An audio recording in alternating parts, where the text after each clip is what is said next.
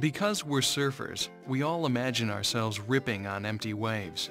But think what it would be like to ride these waves on a 90-pound redwood board without a fin. Performance surfing has always been about the ability to change direction efficiently. Fins have played an important role in the progression of wave riding. Before fins, surfers would steer their heavy wooden planks by dragging their foot over the rail. When Tom Blake first attached a fin to a surfboard, he was searching for better performance, and he got it.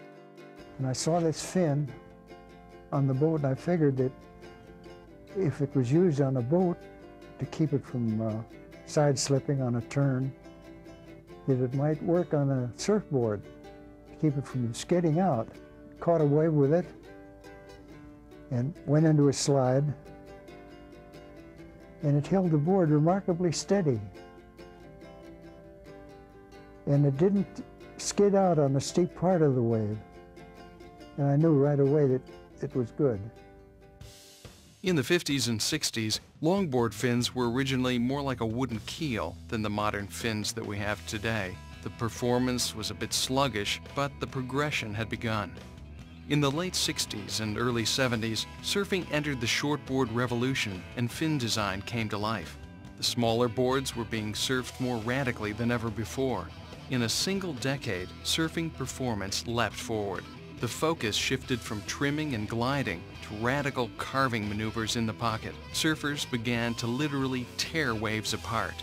In the late 70s, a young Australian named Mark Richards adapted the twin fin design and quickly found a performance edge that netted him an unprecedented 4 world titles. MR's unique style complemented the twin fin, and he blew away the limits of performance. His speed and radical direction changes became the trademark of the era. In 1981, one of Australia's top touring pros, Simon Anderson, introduced the 3-finned surfboard. I was down at Narrabeen checking the surf out, and a mate of mine, Frank Williams, came out of the water with a twin fin board with this tiny little half-keel fin at the back, and I just said to him, "Oh, what's that do, Frank?" And he said, "Oh, it helps stabilise the board." And I thought, right, that's what I'm going to do. I'm going to make this thing real stable. So I figured that, you know, they've got to be roughly the same surface area as a single fin or a twin fin. So with that in mind, I put 3 fins on a board, and the back fin, which was more of a single fin shape, was kind of sticking over the tail. So I got Steve Zoller, my sander at that time. I said, look, sand that fin down so that it doesn't protrude over the back of the board. And the first surf I had, as I recall, the board was just astounding how it performed. And this thing had that stability of the single fin, but it just kept the drive and the speed through the turns. You know, I wasn't really out to prove anything, because as I remember, I was just pretty confident in the way the boards went, and as fate would have it, the first heat I competed in, the waves were 10 to 12 feet that day. Everyone scrambling to try and find a gun, and my 6.6 just did its thing, which was connect the turns, and no one had really seen that before in waves like that, and the rest is history.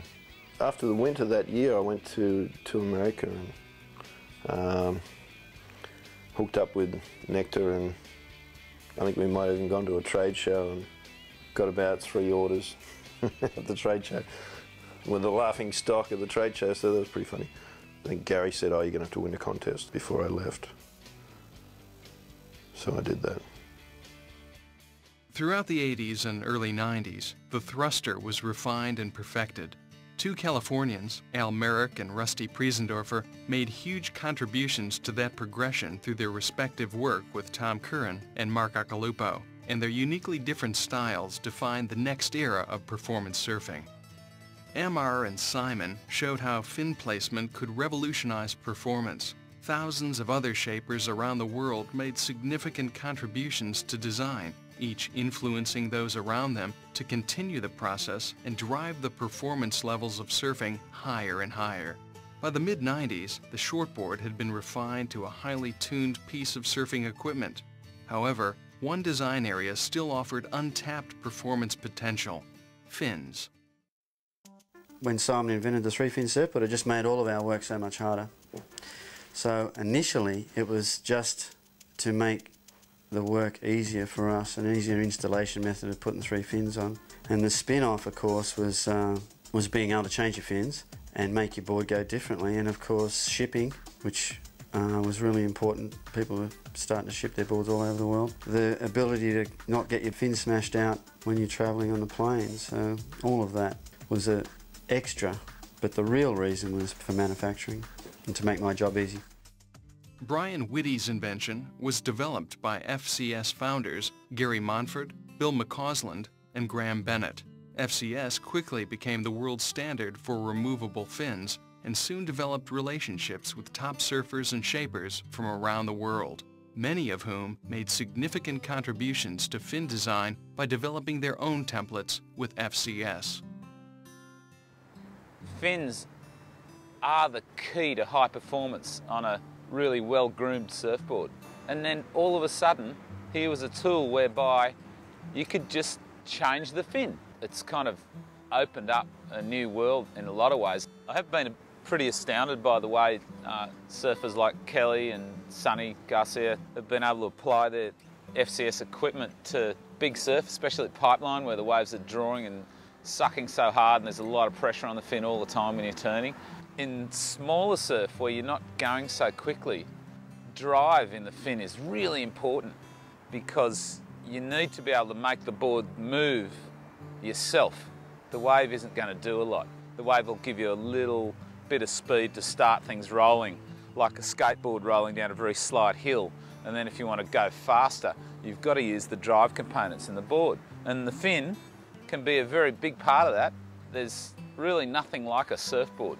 Boats aren't the same, fish aren't the same, aeroplanes, none of these things are the same as a surfboard. None of them have to deal with the same kind of chaos as a surfboard does when it's trying to travel across a wave and do turns and recover from turns. And this is an incredibly complicated equation that shapers have tried to unravel for years, and FCS is opening that up for more exploration.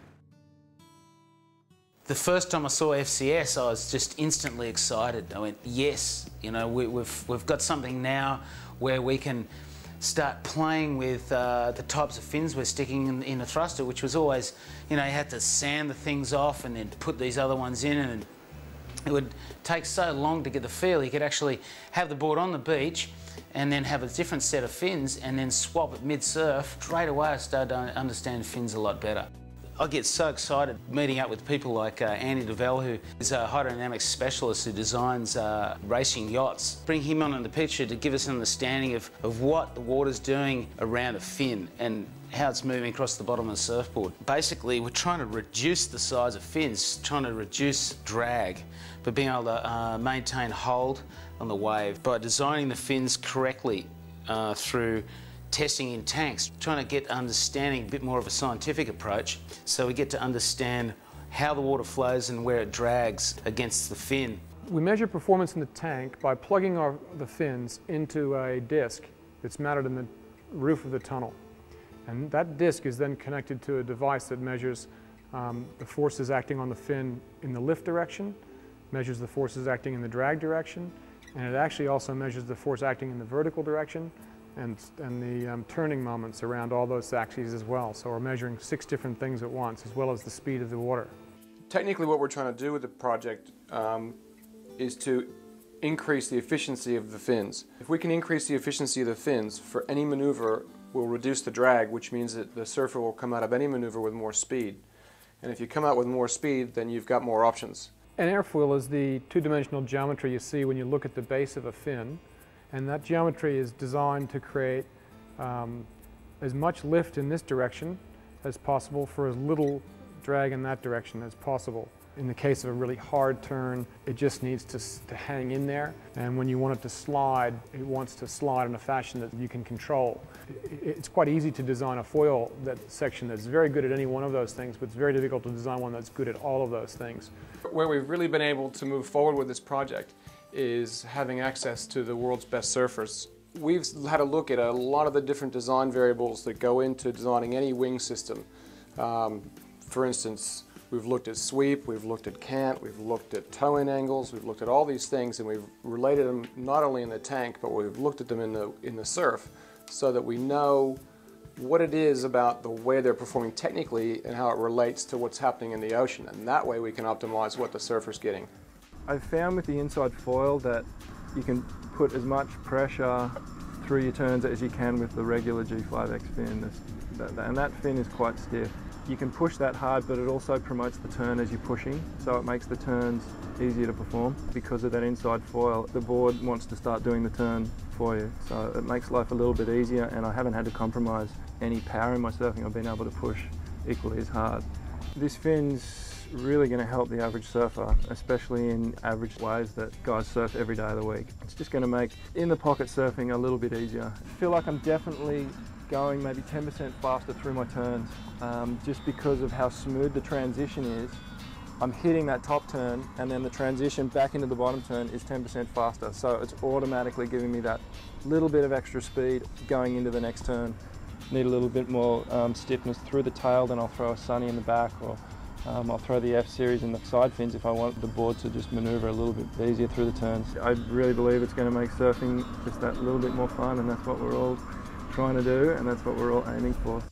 Every person's body is shaped differently, and everyone surfs different, everyone thinks different, so you've got to accommodate the everyday surfer like everyone, and that's where FCS accommodates every type of surfer, and it's for them to find the right formula to fit themselves and their surfing. I've shaped a 6'1" strap board. It was mainly built for just flying down the line and just doing big like backside launches and big like snowboard grabs and that. And I had FCS in that, and they handled it, and it was sick. It was a sick board. I loved it. Being a shaper now, I can really feel the board and what it's doing. You can experiment and try a lot of different stuff, you know what I mean? And them fins allowed me to just pick up speed, which is the key, and then also being responsive and loose, and it's just allowed me to do what I want, which is what you want in your surfboard, really. Just changing the fins is like changing a complete surfboard, so definitely credit to FCS that you can do that. If I'm going into a cutback, in the middle of the cutback, I don't want to be losing speed. I want to keep driving through, and that's what we're starting to find with these prototypes, is a much freer flowing speed coming through the middle part of the turn. As soon as you start applying pressure to the side of the side fins, you want to feel that the water's going to be flowing off that surface really nice and free flowing, so you can't, and it's almost squirting you along through the mid part of the turn. So that's what I'm always looking for, and that's what I'm very, very sensitive of. And I think people once that feeling is put down in production, and people, they might get a sense of a much freer feeling with their boards, and it will translate to your average surfer too.